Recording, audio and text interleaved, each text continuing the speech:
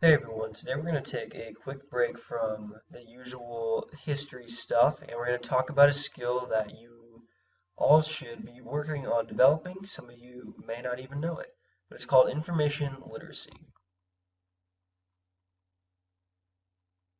So, for the sake of this discussion, we can define information literacy as the ability to find, evaluate, and use information effectively. I'm not speaking specifically about an academic setting. I mean, this can happen in a professional setting as well, and also in a personal setting, like if you're watching television or something. We'll get back to that in a second. So this is a quick video that has a lot of really good, um, information about information literacy and some different steps that you can take to become an information literate person.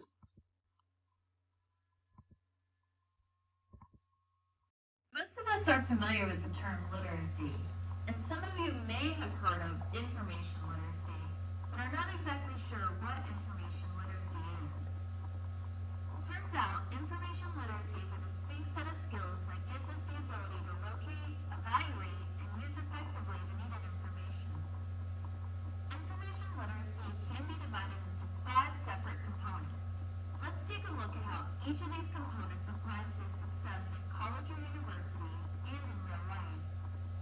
The first component is about identifying the nature and extent of the information you need. Academic examples include writing a thesis statement, creating a timeline and plan to complete a research paper, and differentiating between primary sources of information, like findings from research, and secondary sources of information, like a book about the results.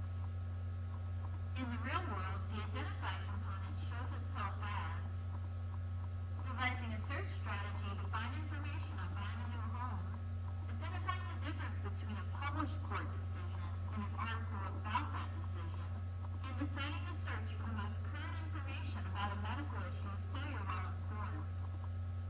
The second component means you can find the needed information effectively and efficiently. In academia, this means you can use Boolean terms and not when searching online, locate a book on the library shelves by its call number, and choose the best keywords and phrases when searching online or in library databases. Outside of school, you are able to search the public archives for information on local history, request genealogical records through interlibrary loan, and access a government website to find local crime statistics.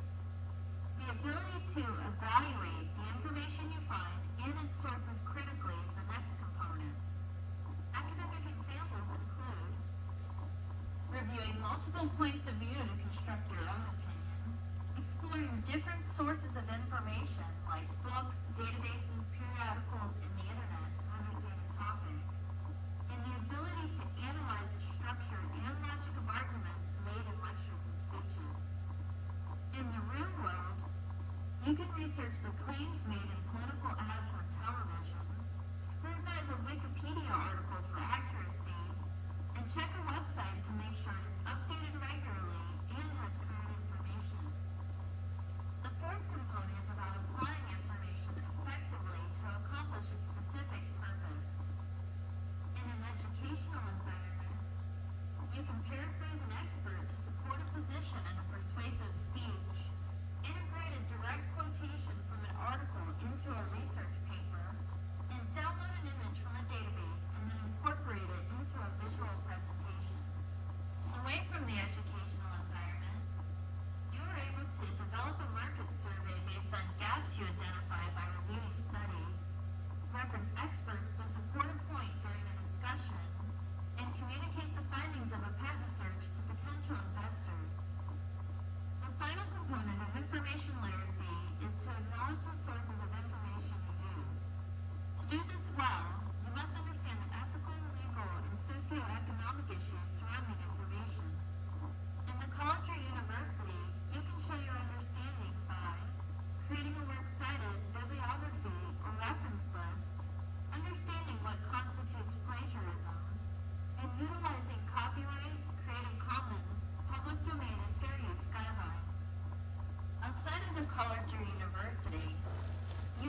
attribution or credit to a reposted image on your website, recognize the limits and protections of free speech and censorship, and know how to download legally purchased music. In summary, the information literate person can identify, find, evaluate, apply, and acknowledge information.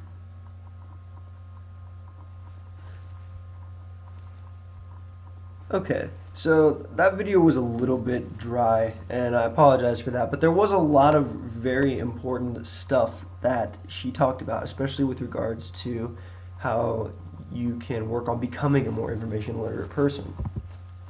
So moving on, well, why is this important? She gave a lot of really good examples, both in the classroom and outside of the classroom, and the root of the answer to the question why here is because today, even more so than in past years and decades, everyone is truly connected to everything that gets put on the internet. I mean, you might not be able to directly find it, but if you really wanted to find anything that's on the internet, you can find it. That's the point of the internet. And that's a lot of information. Some of it's good, some of it's bad, and some of it looks good but really isn't. And you need to be able to sift through all of these web pages and these mountains of information and figure out what's going on and what you can use and what you can't. And that's becoming an increasingly critical skill. So now we're going to go through a few words that you'll see associated with information literacy, the first of which is strategy. So this is your course of action designed to help you reach a specific goal or result.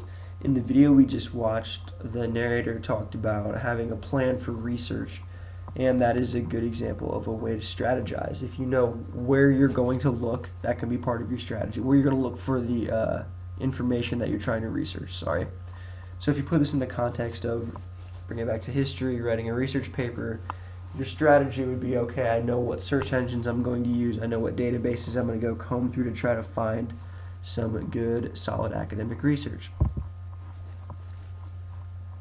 Synergy is two or more things working together to produce something that each could not achieve separately. So that's like where you have all of your information and it's all coming together and everything's working together.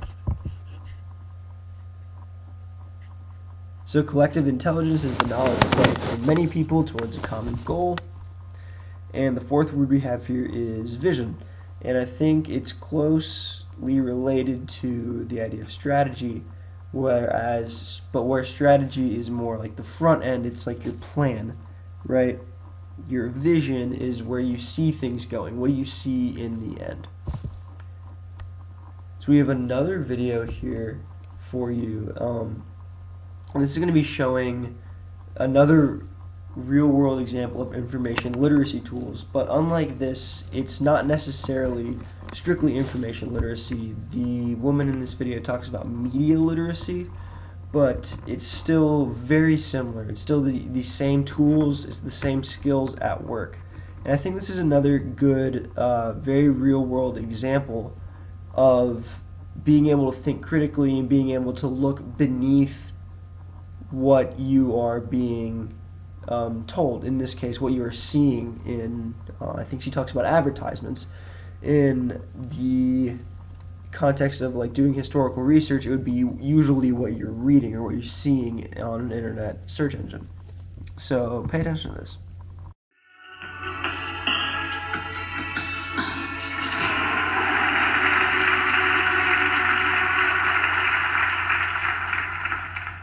When I was growing up, I was going to be Wonder Woman. No, it's true. It wasn't just those shiny red boots or those fierce, bullet-deflecting wristbands. What really fascinated me was that magic golden lasso of truth. Wonder Woman could find out secrets and untold stories with the toss of an accessory. It was kind of amazing. As I grew older, I became increasingly fascinated with what people didn't tell me. I didn't have a golden lasso, so I had to figure it out. So when my parents said, "No, we won't have a TV in the house," I figured it meant we want everyone in the neighborhood to think we're weird. because everyone did think we were weird for not having a television. Ironically, it was my parents who gave me my first media literacy lessons.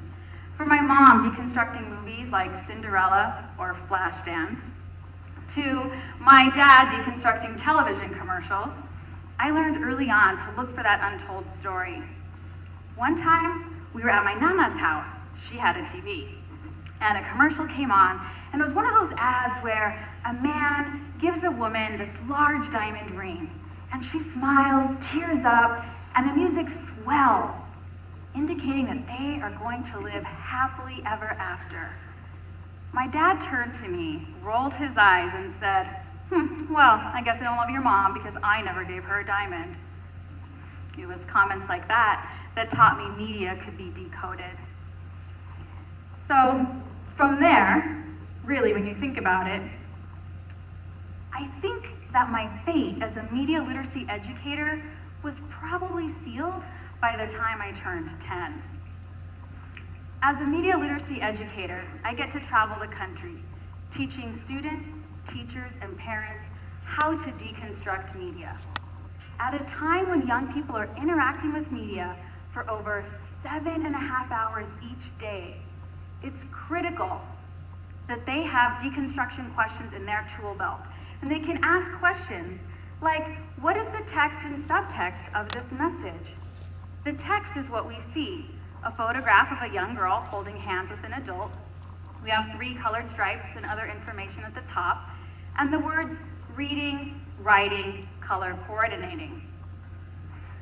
The subtext is what we don't see. It's essentially our interpretation. And students bring their own opinions into the classroom, so they can each have their own answer. They love this.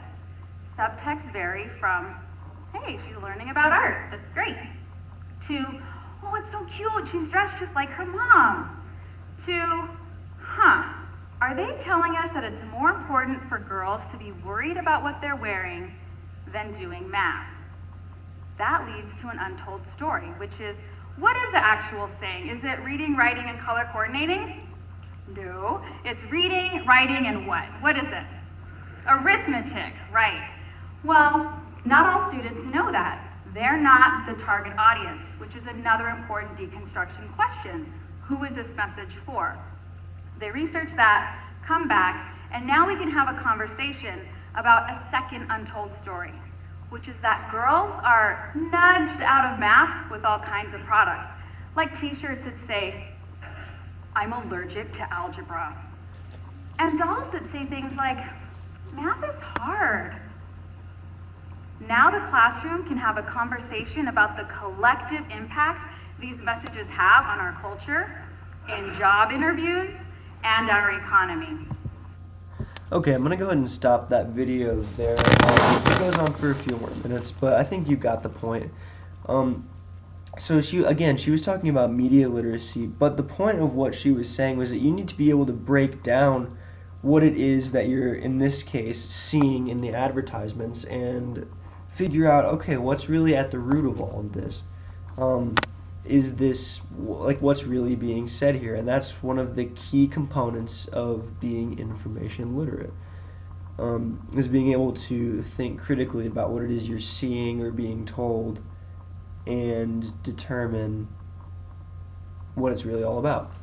And that's a skill, like she alluded to there at the end, that isn't just useful in the classroom, it's useful in the workplace, it's useful in your personal lives as well. So I hope you learned something there about information literacy. It's really, really becoming an extremely important skill to have, and I think it's only going to become more important.